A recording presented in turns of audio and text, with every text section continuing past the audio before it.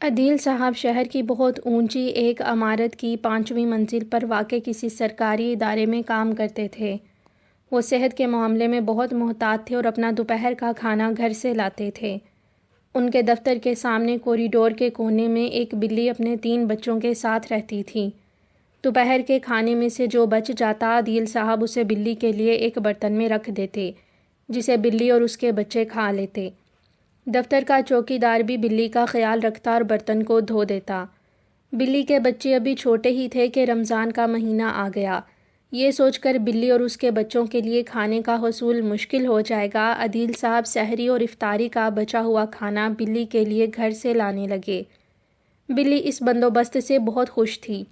وہ صبح سے ہی آ کر برتن کے پاس بیٹھ جاتی۔ جب وہ کھانا لا کر بلی کے برتن میں ڈال دیتے تو بلی اور اس کے بچے مزے لے کر کھاتے۔ بلی عدیل صاحب سے اس قدر مانوس ہو گئی تھی کہ جب گھر جانے کے لیے وہ لفٹ کے پاس پہنچتے تو بلی کوریڈور کے کونے سے اٹھ کر لفٹ کے پاس آ جاتی، گویا انہیں خدا حافظ کہہ رہی ہو۔ وہ بلا ناغہ بلی کے لیے کھانا لاتے۔ وہ نماز روزے کے پابند تھے، اسی طرح وقت سے پہلے دفتر پہنچنا اور مقررہ وقت پر دفتر سے گھر کے لیے روانہ ہونا ان کا معمول تھا۔ ان کے پاس ذاتی سواری نہیں تھی، اس لیے بس سے دفتر آتے جاتے تھے۔ ان کا گھر دفتر سے 20-25 کلومیٹر دور ایک مضافاتی علاقے میں تھا۔ رمضان المبارک کی 25 تاریخ تھی۔ عدیل صاحب نے اپنے بچوں سے وعدہ کیا تھا کہ دفتر سے واپس آنے کے بعد وہ انہیں عید کی خریداری کے لیے لے جائیں گے، لہٰذا انہوں نے جلدی دفتر کا کام سمیٹا اور عمارت سے نیچے اترنے کے لیے لفٹ کے پاس آ کر لفٹ کا بٹن دبا دیا۔ انہیں خیال آیا کہ آج بلی نظر نہیں آ رہی۔ انہوں نے لفٹ کے پاس کھڑے بلی کو آواز دی اور کوریڈور کے دوسری جانب دیکھنے لگے۔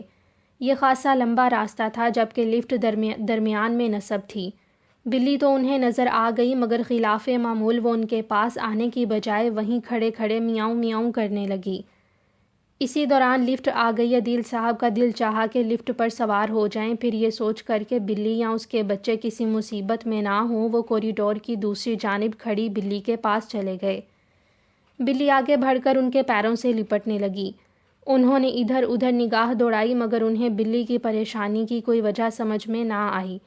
بلی کے بچے بھی ایک طرف کھیل رہے تھے۔ بلی کی طرف سے مطمئن ہو جانے کے بعد وہ لفٹ کے ذریعے عمارت سے اتر کر بس اسٹاپ کی طرف روانہ ہوئے۔ اس دوران 5-10 منٹ گزر گئے۔ جب وہ اسٹاپ پر پہنچے تو بس جا چکی تھی۔ دوسری بس کچھ دیر بعد آتی تھی۔ آج انہیں جلدی گھر پہنچنا تھا اور پھر ان کے رستے میں ایک ریلوے پھاٹک آتا تھا، جہاں بعض اوقات ٹرین گزرنے کی وجہ سے دیر ہو جایا کرتی تھی۔ وہ انہی سوچوں میں گم تھے کہ بس آ گئی اور وہ اس میں سوار ہو گئے۔ اتفاق سے انہیں بس میں بیٹھنے کی جگہ مل گئی اور ٹھنڈی ہوا لگنے سے انہیں نیند آ گئی۔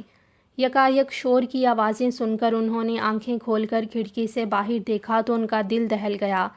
سڑک پر ایک خوفناک منظر تھا، ہر طرف افراتفری تھی۔ فلاحی اداروں کے رضاکار اور بہت سی ایمبولینسز کھڑی تھیں۔ معلوم کرنے پر انہیں پتہ چلا کہ وہ بس جو دفتر سے دیر سے نکلنے کی وجہ سے ان سے چھوٹ گئی تھی، اسے حادثہ پیش آ گیا ہے۔ بس پھاٹک بند نہ ہونے کی وجہ سے ٹرین کی زد میں آ گئی ہے۔ بہت سے مسافر زخمی تھے اور رضاکار انہیں اٹھا کر ایمبولینسز میں ڈال رہے تھے۔ پولیس کی بہت سی گاڑیاں بھی موقع پر موجود تھیں جو لوگوں کو منتشر کر رہے تھے۔ اب اللہ میاں کی رضا ان کی سمجھ میں آئی کہ بلی ان کو کیوں بلا کر لے گئی تھی اور کس طرح دیر ہو جانے کی وجہ سے ان سے وہ بس چھوٹ گئی تھی۔ عدیل صاحب نے اللہ تعالیٰ کا شکریہ ادا کیا جس نے بلی کو وسیلہ بنا کر انہیں ایک بڑے حادثے سے محفوظ رکھا۔